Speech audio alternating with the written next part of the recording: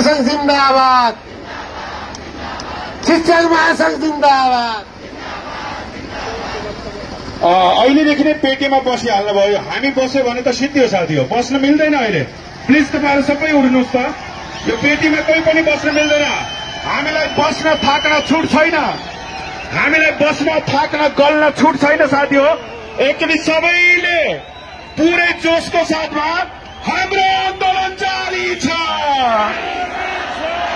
अझै जोडले हाम्रो आन्दोलन